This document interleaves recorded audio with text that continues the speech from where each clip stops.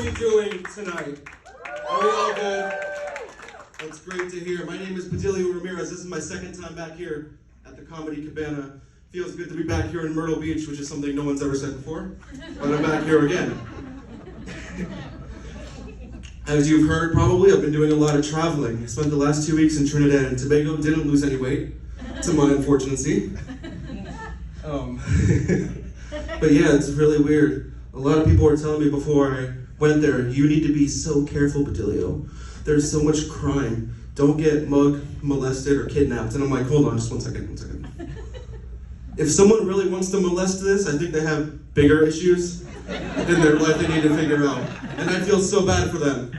I feel so bad I'd probably let them molest me.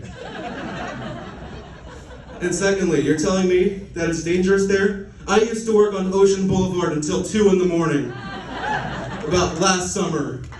Honestly, I don't see a difference between Ocean Boulevard and a developing nation. They're about the same thing.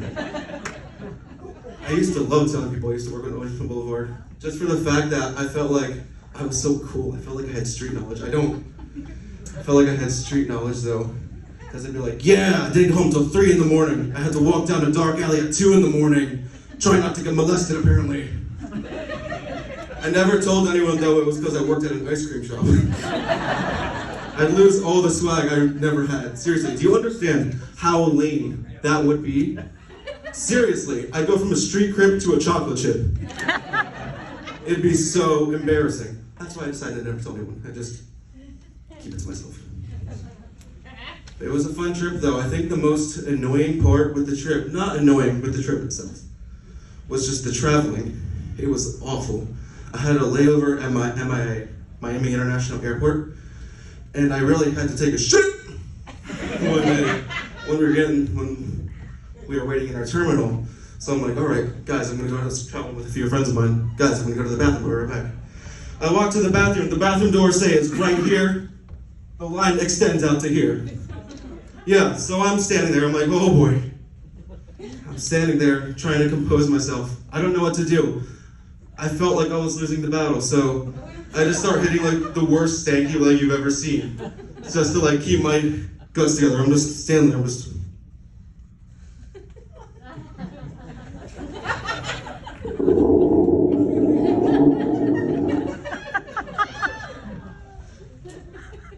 It's about 20 minutes like that, and by the time I got to my turn in line, I have never been so happy to sit on a toilet infested with E. coli. It was great. So by the time I used the bathroom, you better believe I dropped some Miami heat in that stall.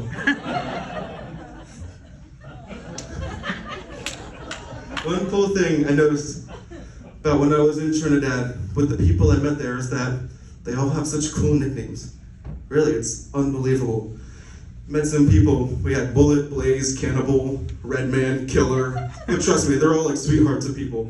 They're all gems.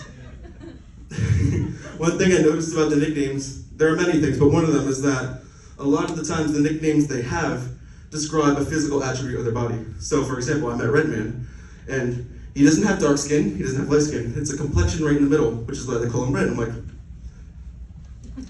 and then I made a realization, I'm like, oh my god, kids in school never called me fat to be mean. They were just giving me a cool nickname.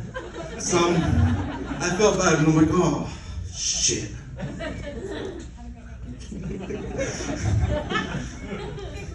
And another thing I noticed with these nicknames, which I found funny and weird at first, but I eventually got used to, is that a lot of the times everyone gives each other a nickname, but they don't know their actual name. I learned this when I was talking to Redman. We were in his yard, and we were talking, and he's like, I'm glad you guys came. You see that man over there? And he points to some guy sitting all by himself a little bit off in the distance, wearing a bucket hat, and he goes, that's my best friend, Bucket. And I'm an asshole, I'm like, oh, because he's wearing a bucket hat. I get it now. And then I go, so what's his actual name? And he's like, I have no idea.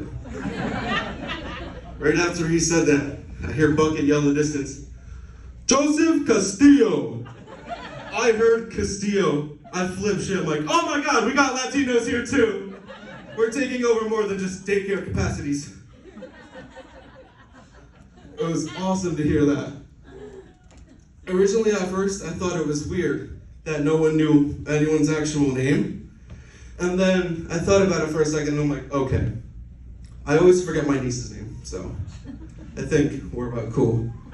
It's hard to keep track of sometimes, because my sister has 4 kids, 2 nephews, 2 nieces, in order, from oldest to youngest.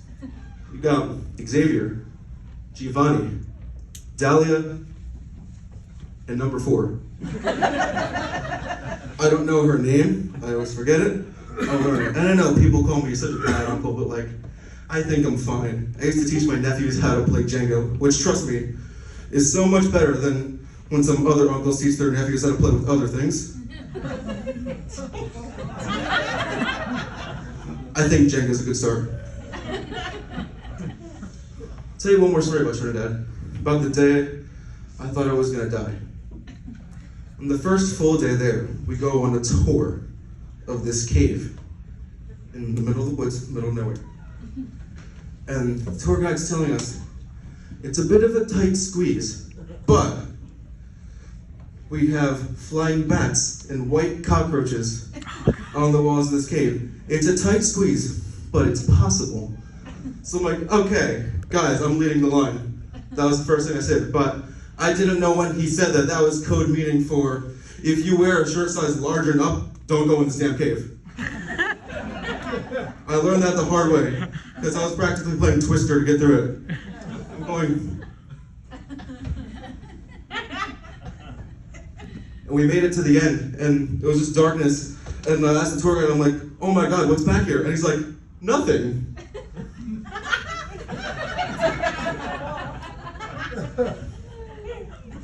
That's it?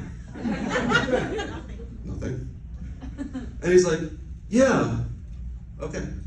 Since I was the first in line, I was the last to get out of the cave. So it took me the longest to get out. I'm getting so scared. There are roaches crawling all over me. There are bats flying in my face. I'm saying prayers to get through. I'm just just in the middle there. I'm still crawling. I'm still walking through. I'm saying prayers. And then a bat would fly right in front of my face. In the name of the Father, the Son, and the Holy shit! I'm out of breath. I got out to the end of the cave.